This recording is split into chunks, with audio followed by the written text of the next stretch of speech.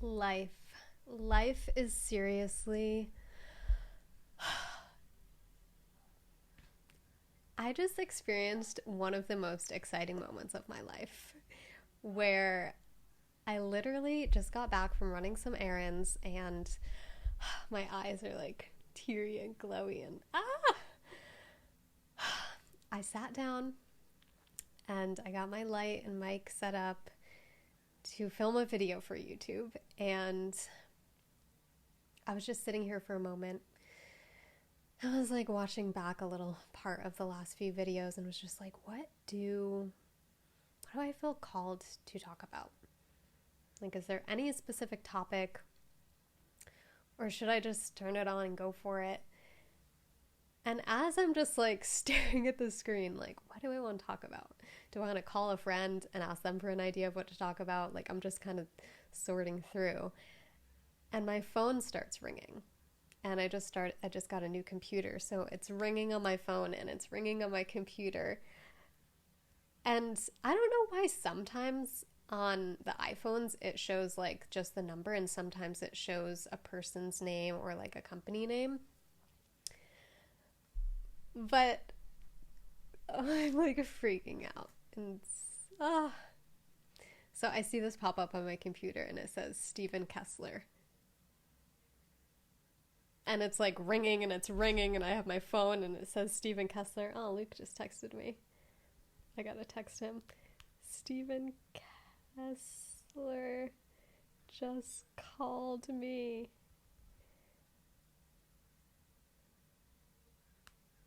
To clarify, the author of 5 Personality Patterns.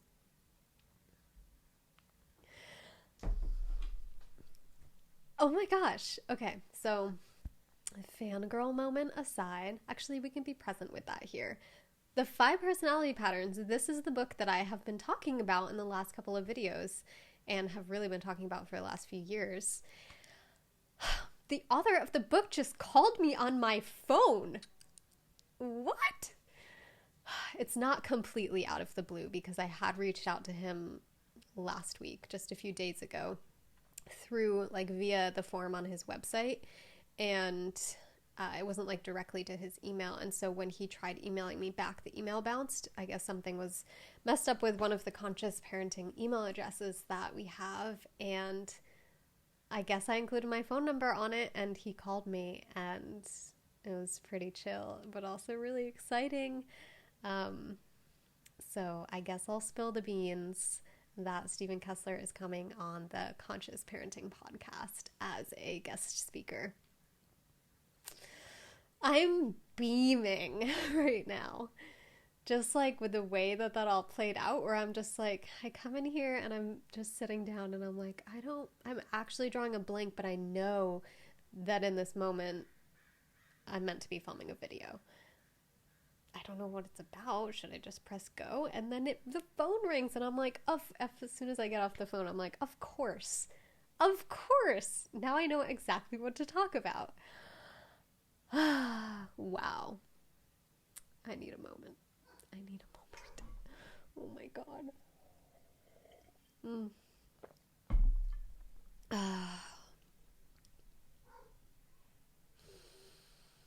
I'm so grateful and so beyond excited. I'm just letting it sink in. Okay. So, the 5 personality patterns. Let me grab the book. All right. Here we have the 5 personality patterns. Your guide to understanding yourself and others and developing emotional maturity by Steven Kessler. And then, you know how people like are advocates for the book. So there's a little quote. This is one of the most useful, popular psychology books I've ever seen. It should become a classic. Much of our human suffering is not necessary. It's created by old patterns of feeling and acting that helped us survive the traumas of childhood. Silo, come here, baby. Come here. This is like, Kasai, come here. That type of bark is so uncharacteristic. Hey, baby, you okay? That was a pretty intense bark, huh? That one actually startled me. Normally, it doesn't do that. Now all the neighbor dogs are barking. Okay, so calm the nervous system. Okay, where was I? Silo, come here, Bubba. I'm filming a YouTube video and distractions. Okay. I'll start from the top. Much of our human suffering is not necessary. It is created by old patterns of feeling and acting that helped us survive the traumas of childhood, but then got stuck in our bodies. These patterns have shaped us so deeply that now we think that's who we are. But these patterns are not your true self. In fact, they cover up your true self and prevent it from shining out into the world. Fortunately, there is a map of these survival patterns, a map that helps you discover how you got stuck and how to get free, heal your core wounds, learn the skills you missed, communicate effectively with others, develop emotional maturity, become all that you can be. This book lays out a map and shows you the path out of your suffering and back to your true self. Once you know where you're going, your journey will be easier. Without a map, you may have been walking in circles for years. With a map, you can find your way home. And then I'll give a little bio and then we'll get into it. So this is Steven Kessler's bio. Steven Kessler has been a licensed psychotherapist for almost 30 years. He has studied many different maps of personality and many healing modalities, including character structure, the Enneagram, energy work, EFT, emotional freedom techniques, and various meditation and spiritual practices. Since 1984, Steven has taught hundreds of groups and seminars in the U.S. and internationally, helping men and women heal their wounds and grow into their full adult selves. This is Steven Kessler, and I am his fangirl, but not in like a creepy way. So, where do I begin? Oh my gosh, I think Luke texted me, celebrating.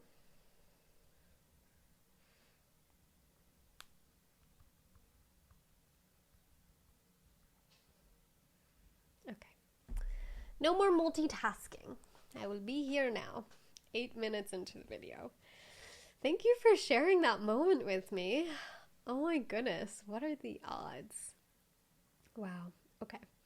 So, this book was a highly, highly, highly recommended book when I first started working with my mentor, my energy worker mentor, almost 3 years ago, coming up on 3 years ago next month. And so he was like, you don't have to do it. You can do anything you want, but I highly recommend reading this book ASAP, like in the very beginning of us starting to work together, so that you can understand the work that we're doing. And so the work that I do with my mentor is like, this is a huge component. This is like a very, I would say it's like the foundation. And so being able to understand this allows me to then understand the other work that we do together. And so I have so many pages dog-eared, so I kind of just want to pick one and then go off of it and chat about this with you, because this book has changed my entire life, and I've read it multiple times over all the way through, and then I come back and I turn to it as a resource. Like, yeah, there's a story that, well, I guess I'll just share the story with you now. So a couple months ago, I found myself hardcore, I had a little stain on my shirt, hardcore in one of my main patterns. So typically individuals will have a primary pattern and a secondary pattern.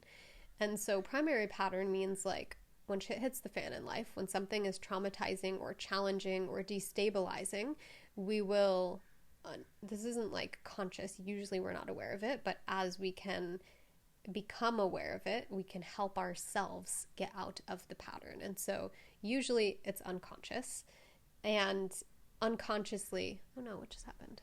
will unconsciously go into a pattern to try to protect ourselves and keep ourselves safe and like survive in that experience. And that can be as small, I think I've talked about this in past videos, but that can be as small as like the train going by, or like hearing loud music and feeling that like, nervous system, fight or flight, in your system. Or that can be the deepest of the deep traumas and hardships. And so a couple months ago, I caught myself in a pattern. For me, it was the leaving pattern, and it was the most dissociated I can ever recall being in my entire life. And when I noticed that, I was like, whoa, this is like, I was noticing the signs. And since I've read this book, since I'm aware of the signs that you're in a certain pattern, when it happens in real time, I'm able to notice like, oh, the thing is happening.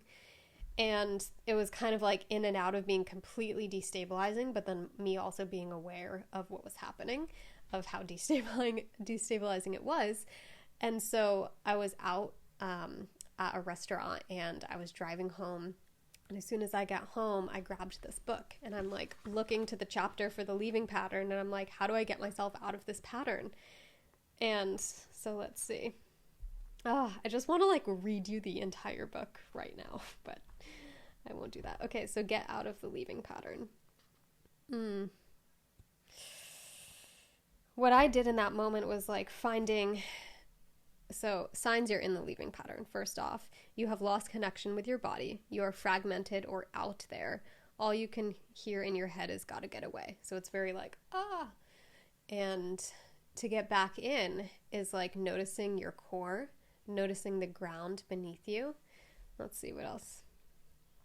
Yeah, shifting your attention from the fear in your mind to your bodily sensations and your connection to earth, right? So the connections in the core of your being and the connection to the earth.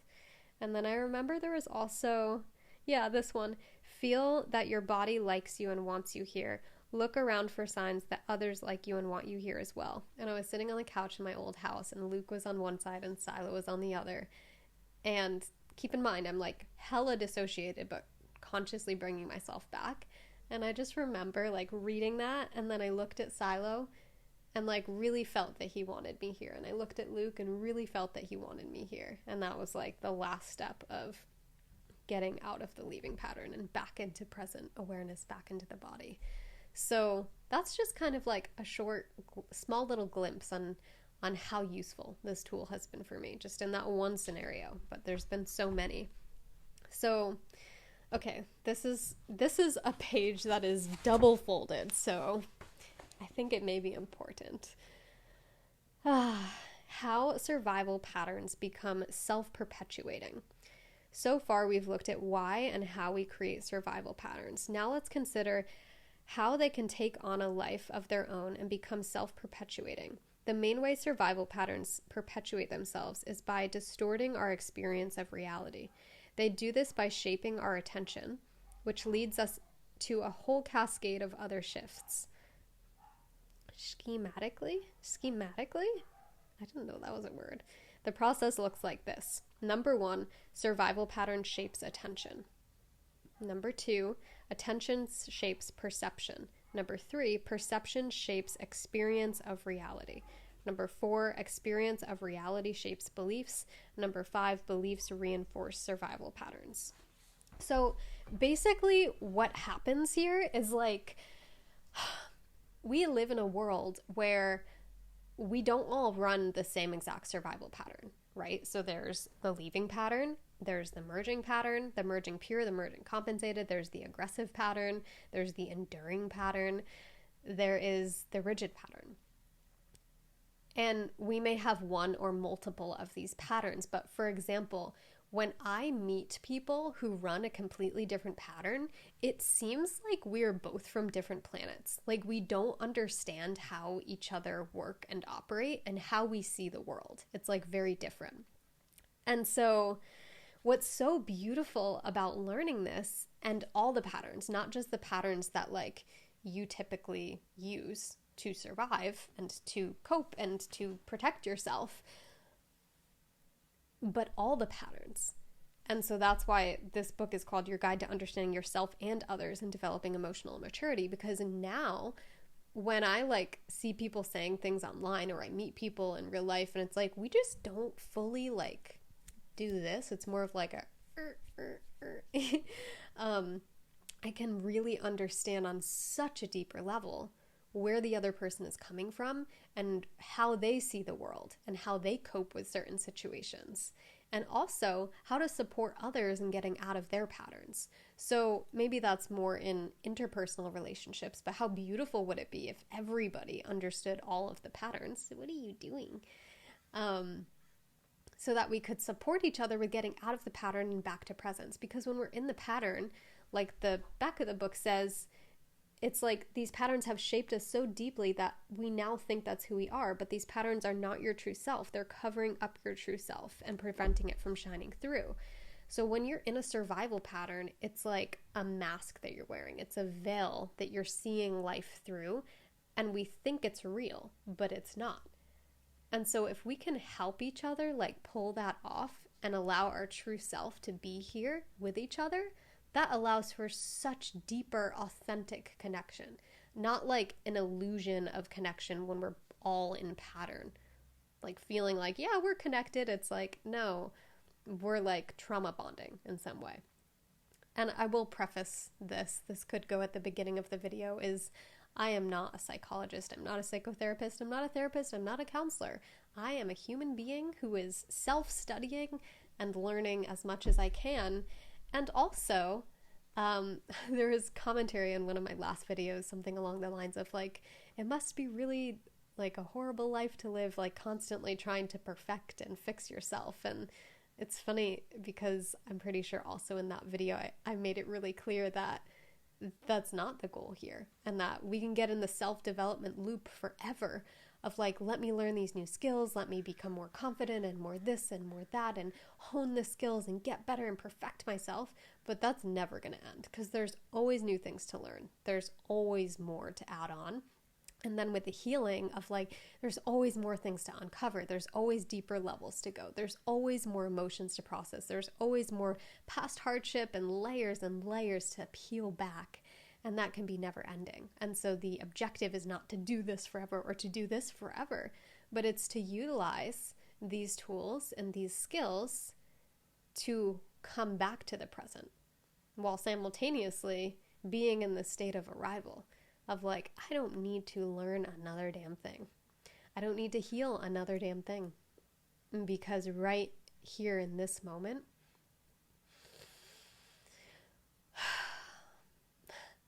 there's so much appreciation and there's so much presence and there's so much being. And so, yeah, I just felt called to chime in on that one. Oh my goodness. Okay, let's see what the next page is. We'll just go for a little bit on this, see how it resonates. All right, let's see. We've got another. Ooh, okay, I like this part. So, other factors in the creation of survival patterns.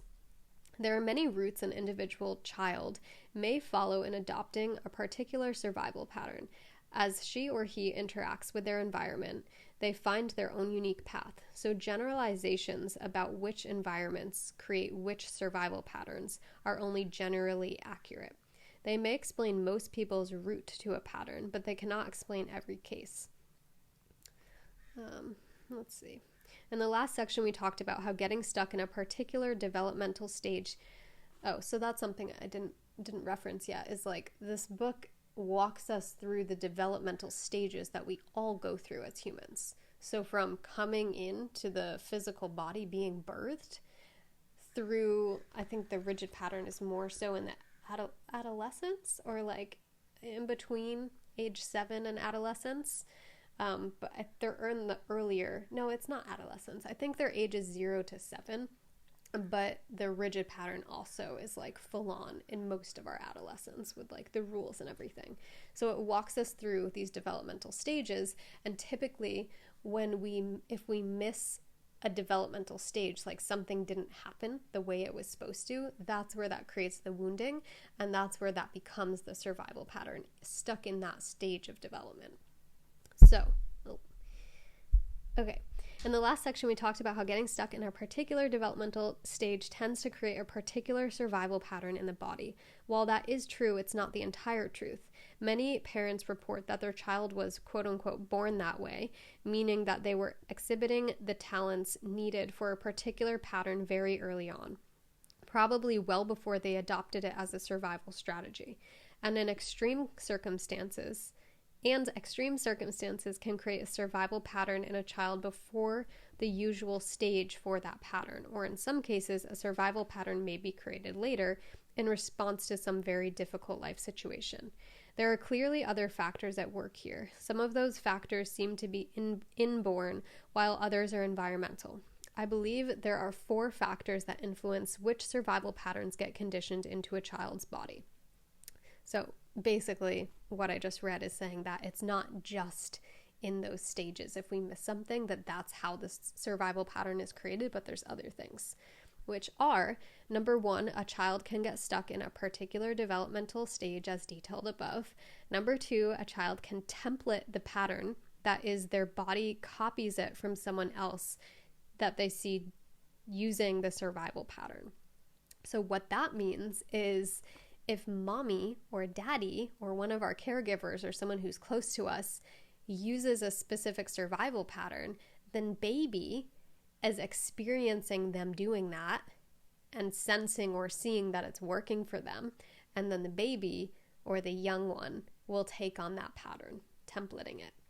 Number 3, the child can have an inborn tendency for energy to move through their body in a certain direction or manner, which predisposes them to a particular survival pattern. So that's another thing. In this book, there is a visual representation for each of the patterns. So this is the leaving pattern. So more of like a lanky, slender body and like, what's the word? Like sometimes their heads will be tilted, or like in the individual's eyes, it's like they're here, but like when you look in their eyes, they're not like fully here. They're kind of like out here in the realms or in the sky. Like not all of their spirit and their being is like here in this body. And then there's just, let's see if I can find the aggressive pattern. Oh, so this is the enduring pattern. So these are like more stocky individuals, and they're sending their energy down into their body. So where the leaving pattern is like up and out, the enduring pattern is like stuffing it all down. And so the way that, it's so fascinating. It's like the way that our energy goes in our body when we're in survival mode actually alters our physical body. And I see this in people, like I see this in the people that I know, and it's so fascinating. Okay, number 4, the child may need a particular survival pattern to accomplish their life's purpose. This one's really interesting.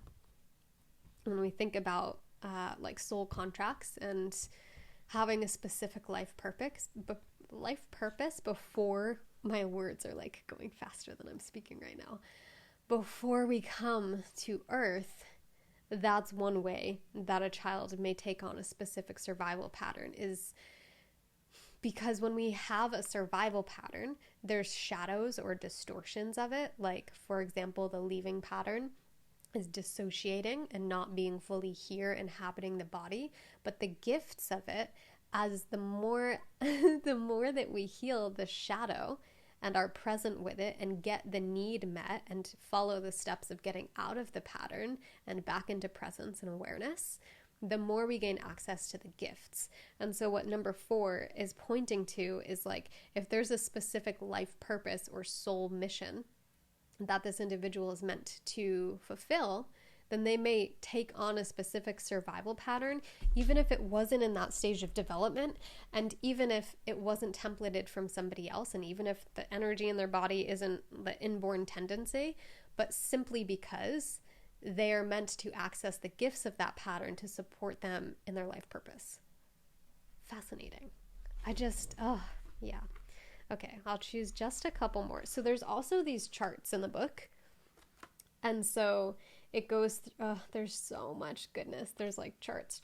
Okay, so here's a good one to show you. So this, I have to work with the lighting. This shows each of the survival patterns. So starting with the leaving pattern, this is the first phase of development. I'm like touching my microphone. Okay.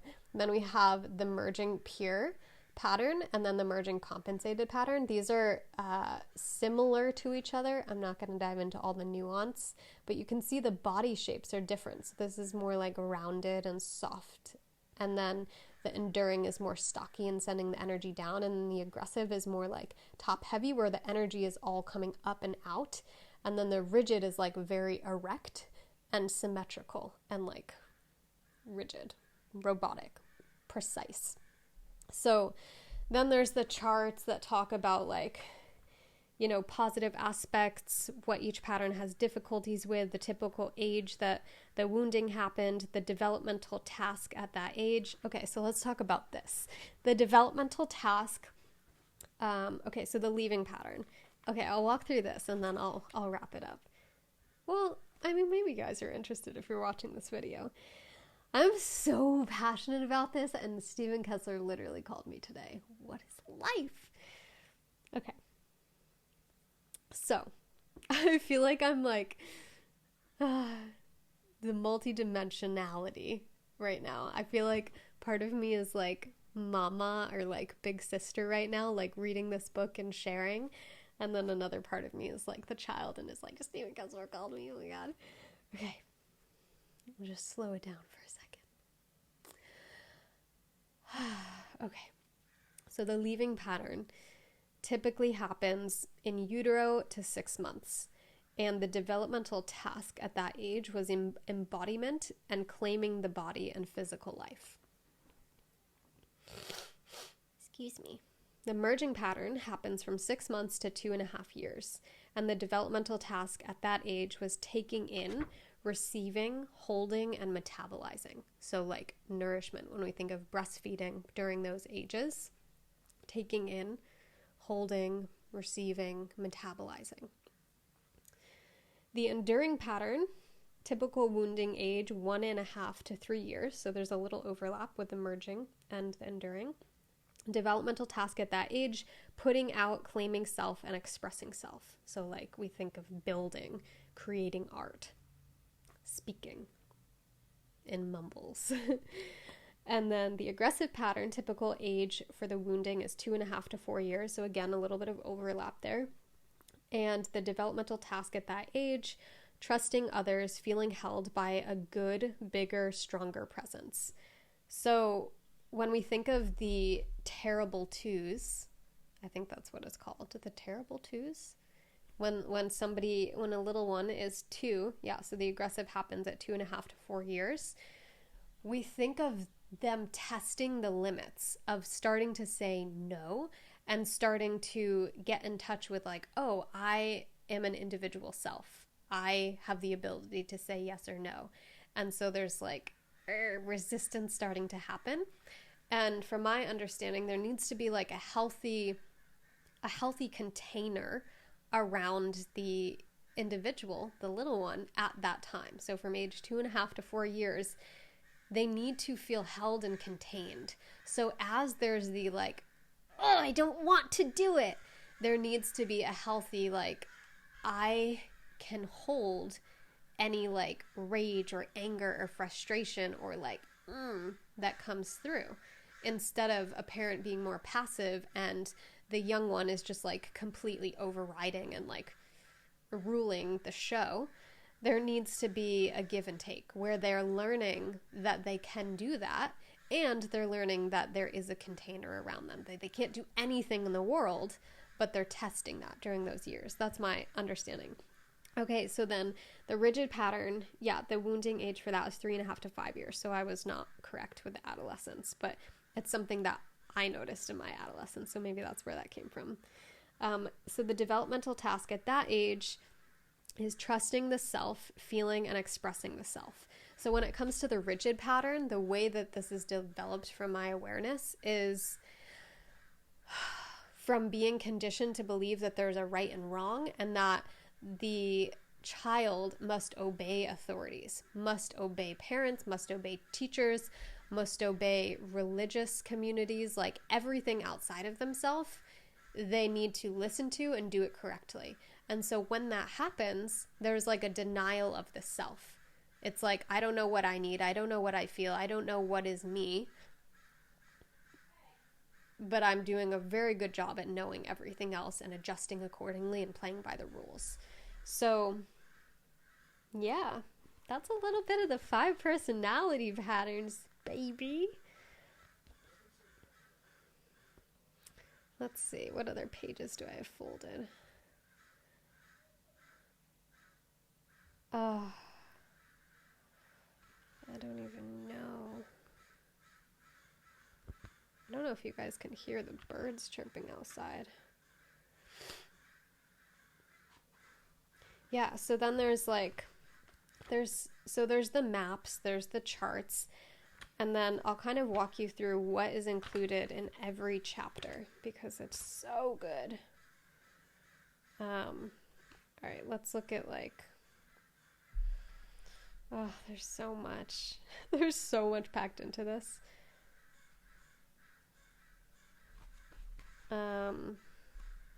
It talks about interacting with others. So the way that somebody who's in the rigid pattern interacts with other people in the world, their communication style. Oh, so this is super interesting. So this is a bit personal, so just respect my personalness and privacy and know that I'm sharing something personal with you. So my belief is that Luke and I run similar patterns, that we both got a bit of the leaving, we both got a bit of the rigid, and then we've got some others that we opt into as well. And the communication style for the rigid pattern is all about words. So like using the specific words. As I speak that, it sounds so funny. It's like, well, yeah, we communicate with words. And the communication for the leaving pattern is all about the energy underneath and intertwined with the words. It sounds like there is like a dozen crows in my backyard. It's so strange. Okay. I'm going to bring my awareness in from outside into this moment. So with the rigid pattern, people want to like lay down the logic, hear the facts, hear the actual, like, just tell me how it is. And if you're like saying something without saying something, that is not how the rigid pattern people communicate, and they're just going to get frustrated and just want you to speak very directly. That's like the main thing, is like say it directly to people who run the rigid pattern. Whereas the leaving pattern, it's like reading and tuning into energy. And so that's kind of what happens when like you're really, really close with somebody, whether it's a friend or a family member or a romantic partner, and you have those moments where like you know what each other are feeling and thinking, and you don't even need to say anything. Where like you're catching up with a friend and you're talking about something that happened in the past, and you're like, yeah, I understand exactly what you're saying. And like the person barely said anything. Same thing in the present moment, where like you're ultra connected with somebody energetically and emotionally, and they're not even saying anything, but you are feeling into and basically communicating on the energetic spiritual realm without the words needing to be said. And so it was just really interesting when I looked at both of those patterns, and I'm like, that's so interesting, because there's so many times I just see that showing up in my relationship with Luke. And so that's what I mean with like connecting with people who run a different pattern than you. Like if my main pattern was the leaving pattern and Luke's main pattern was like the aggressive pattern or the enduring or something else, he's going to communicate in a completely different way, unless both of us are completely present and awake and aware and out of the pattern in every moment that we're communicating. There is bound to be dissonance and misunderstanding that happens. And so that's just one of the gazillion reasons why this book and understanding the different patterns and the signs that you're in the pattern and how to communicate when somebody's in the pattern and how to help get someone out of the pattern, how to get yourself out of the pattern and back to presence is just like such a game changer. So God bless Steven Kessler. I'm so excited for this. And I think it was like back in January or February, I was hanging out with a friend and we were just chatting about the Conscious Parenting podcast. We were chatting about this book and I was just like, I am going to manifest Steven Kessler coming on the podcast. I'm like, I'm going to manifest being friends with Steven Kessler. That might be too far. No, it's not too far. But yeah, I was talking with her about that a couple months ago.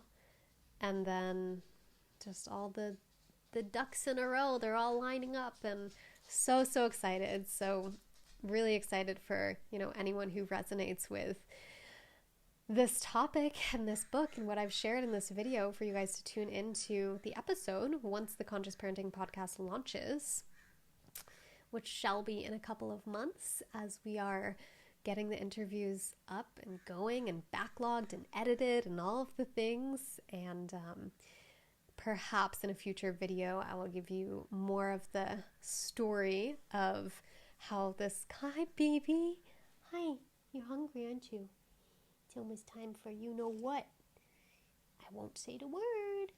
Say hello. Say hello. You're a little angel. I lost my train of thought because Cutie Pie came over. What was I saying? Oh yeah, maybe I'll share another video sharing the story of how Conscious Parenting Podcast came to be and what the vision is and what's going down and what you can get excited for and when it's coming and all the things. But I think I'm going to wrap up this video here, and I'm so excited to share this with you and excited to hear your comments. And also I want to see, like, maybe I'll choose like a specific emoji for anyone who has read this book from my recommendation or from stumbling upon it on your own or somebody else's recommendation. I'll put an emoji in the top of this description, and I want you to comment that emoji if you have already dove into this book. And I just want to get the conversation going about all things 5 personality patterns. And yeah, I'll also include the link to the book so you can get in on all the goodness. I hope you enjoyed this video. Again, I'm so excited to share this with you, and I hope you're doing well. If you do have any video recommendations or any things that you'd like to explore with me, you can drop those in the comments. And until next time, be well, breathe, and be present. Mwah!